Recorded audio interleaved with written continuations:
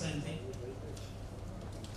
నందో రామప్రసాద్ గారు ఇక్కడ లేరు అని తెలిసినప్పుడు నేను ఎలా జరుగుంటుంది ఇది కాదు అని నేను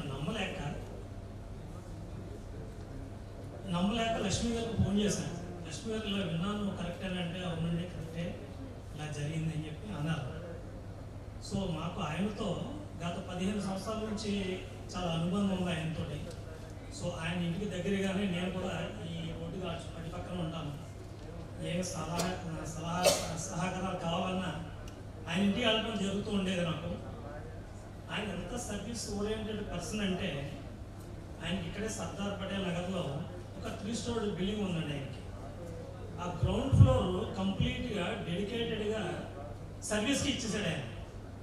దానిలో ఈ శ్రీకృష్ణదేవరాయ కాపు సంఘం సంబంధించిన మీటింగ్లు కానీ లేకపోతే ఈ మధ్య ఆయన పెట్టారు ఎన్ కళ్యాణ వేదిక అని చెప్పి ఈ మ్యారేజ్ సంబంధించిన ఒక గ్రూప్ పెట్టారు. అక్కడ కూడా ప్రోగ్రాంలు జరిగేవి.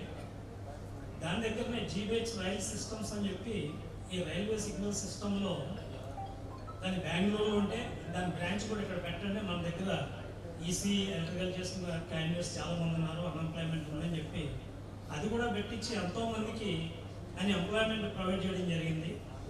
ఈ ఎన్ కళ్యాణి వేదిక ద్వారా కూడా ఎంతోమందికి అబౌవ్ థౌజండ్స్ 18 కుటుంబాలకి జంటల్ని ఆయన ఏకం చేయడం జరిగింది.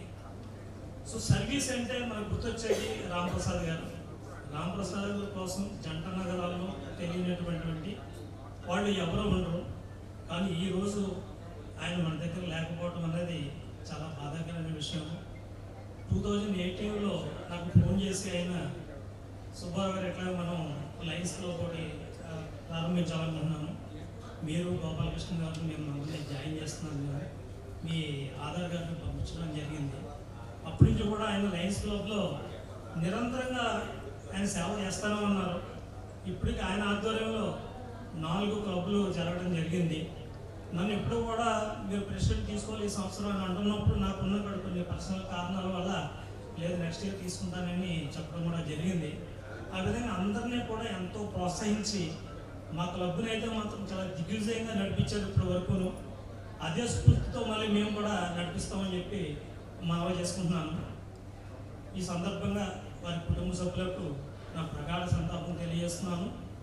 భగవంతుడు ఆయన ఆత్మకు శాంతి చేకూరాలని కోరుకుంటున్నాను.